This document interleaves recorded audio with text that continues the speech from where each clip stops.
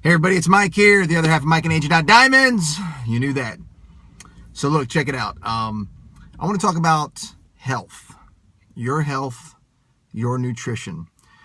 So I've kind of refrained from doing this because it can be a touchy subject and it could piss a few people off. You might not like my beliefs, and my beliefs are my beliefs, and your beliefs are your beliefs. However, Angie and I have been through a lot of training to be health coaches. Her daughter Autumn, who's a diamond, she is also a certified health coach. And our whole family, we truly live what we preach. Now, I'm not talking about being perfect. I really don't believe there's any such thing. And if there is, it's a small, minute population, and God bless them. But, and whatever perfect means. But, the deal is, a lot of people just have too much crap in their diet. And you know as soon as I say that exactly what crap is. And it's not about not having a donut every now and then. It's about not eating a dozen donuts, okay? It's not about not going out and having some pizza and stuff like that, because I love pizza as well. But it's about how much pizza and how often you have pizza. It's a lot to do with that. Also, is exercise part of your life? The way we do it here, like at our gym, and we've literally helped hundreds of people lose weight, change their bodies, change their life, and there's 5 million different opinions out there how to do it, but we're really quite successful at it.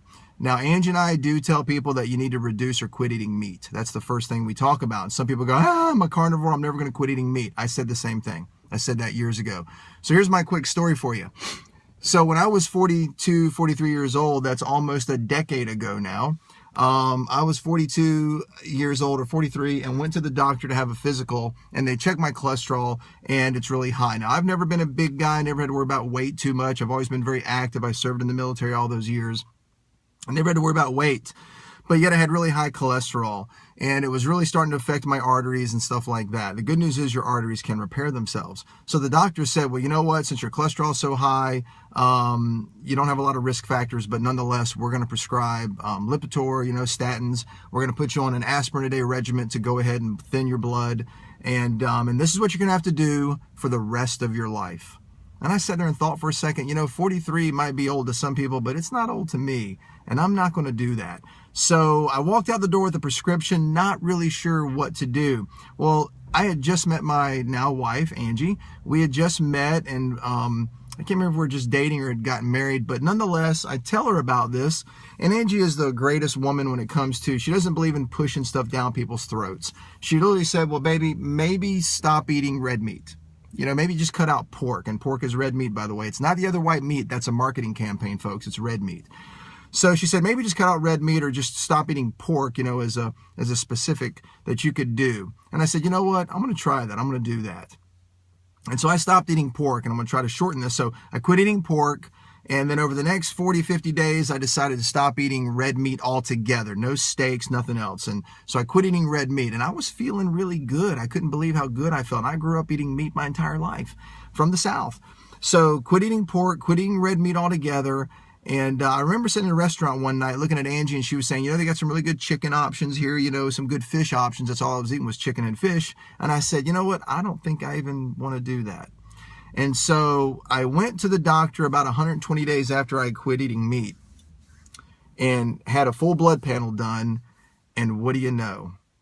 There is no risk category, but I fell into the lowest risk category there was when it came to cholesterol.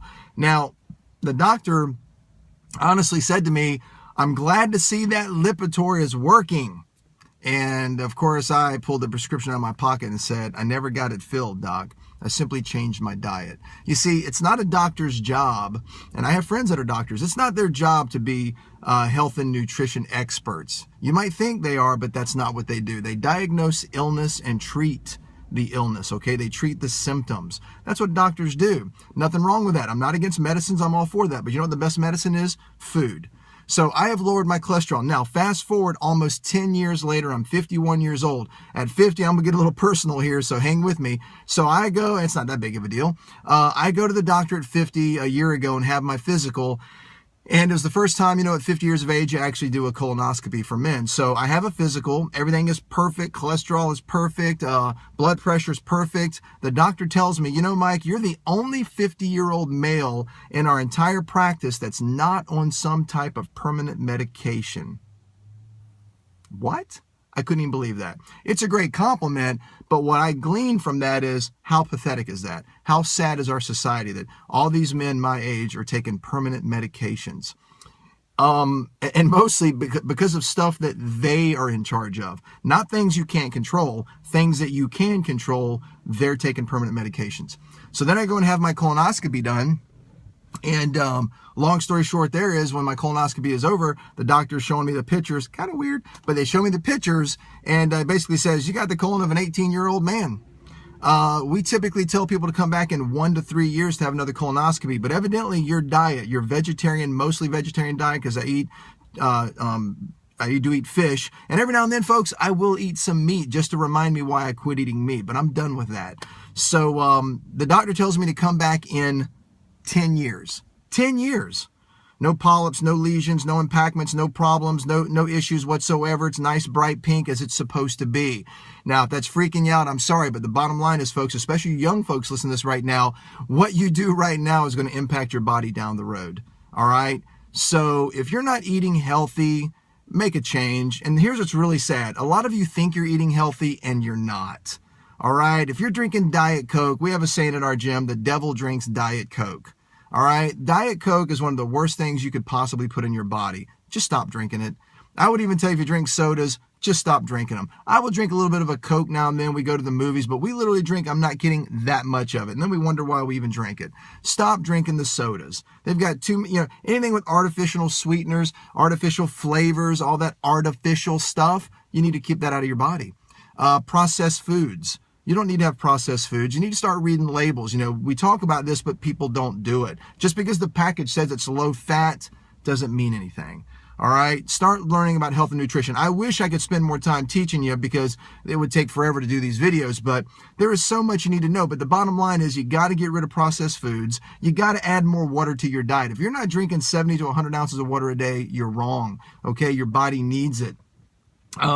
Look, we're out preaching the greens. We're preaching the wrap. We're preaching new you and all this wonderful nutrition. Folks, I'm going to just point some people out. It freaks me out when I go to conference. I walk out the front door and I see someone drinking a Mountain Dew and smoking a cigarette, and they're representing, health and nutrition. Now, that's a terrible judgment to make, but it's a fact of life. And if you don't think other people are watching you, you're wrong. You're wrong. I'm not talking about being perfect, okay? But I'm saying, look, if you're a smoker, let's quit. Let's give that crap up, all right? Just give it up. And here's one last thing I want to talk about. You know why this is so important? Because I know that a lot of you listening to my voice right now, you're mothers and you're fathers, and you have children, and you have people that love you, and you have significant others and spouses and all that good stuff. Quit being so selfish. Why are you being selfish? It's not just about you. Nothing makes me madder than when someone says, it's my life. I got news for you, folks. It's more than just your life. If you have people that love you in your life, then you have a responsibility, in my opinion, to take care of yourself, not just for yourself, but for them.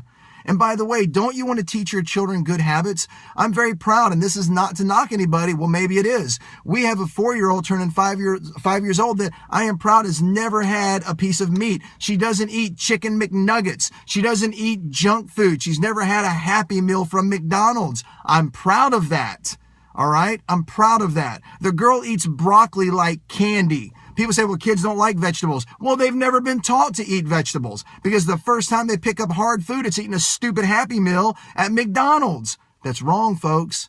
That's wrong. All right. So once again, harsh. Some people don't like that, but it's just the cold, hard facts. All right. You can't prove to me ever that eating at McDonald's is healthy. Now, you can go get some fast food out there that might not be healthy, but why not get a veggie burger at Burger King? How about going to Taco Bell and using their Cantina menu? Okay. If you're going to go to McDonald's, then get your water or get a tea if you're going to have that, whatever, and have some French fries. And even they're not good for you, all the crap that's in it. Reduce. Okay, and get rid of this junk in your life. Angie and I will get a fish sandwich from, Arby's during Lent and all that kind of stuff.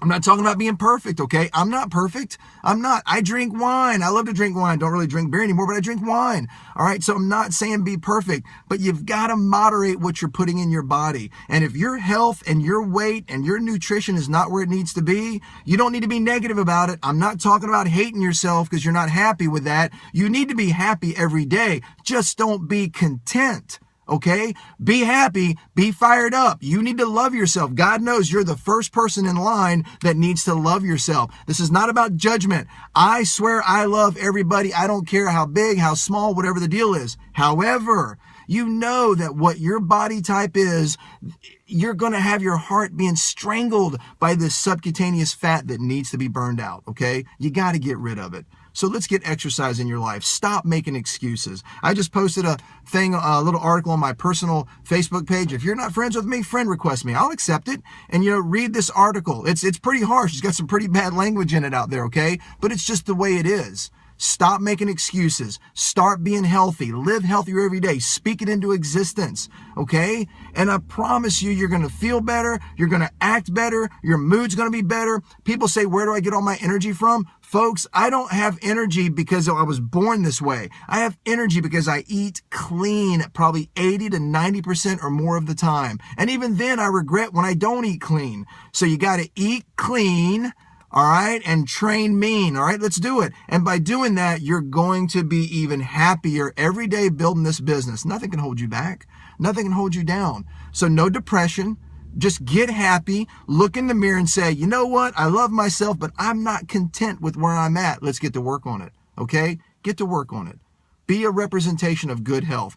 Be a mentor. Be a leader. Lead by example. Let people see you out in public being the person you're supposed to be.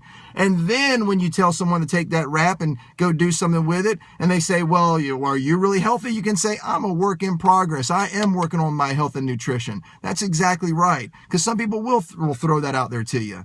All right. So that's all I wanted to say. I hope it doesn't offend anybody, but if it does, I don't know. You need to look in the mirror and take a good long look at yourself and you decide what you need to fix. If anything, if you're happy, then by God, be happy. Okay. I do love you. Once again, I hope this helps. And we're going to see you guys at the top and on the beach in a thong. Okay. I'm kidding. Maybe not a thong, but whatever. You got it. Okay. See ya.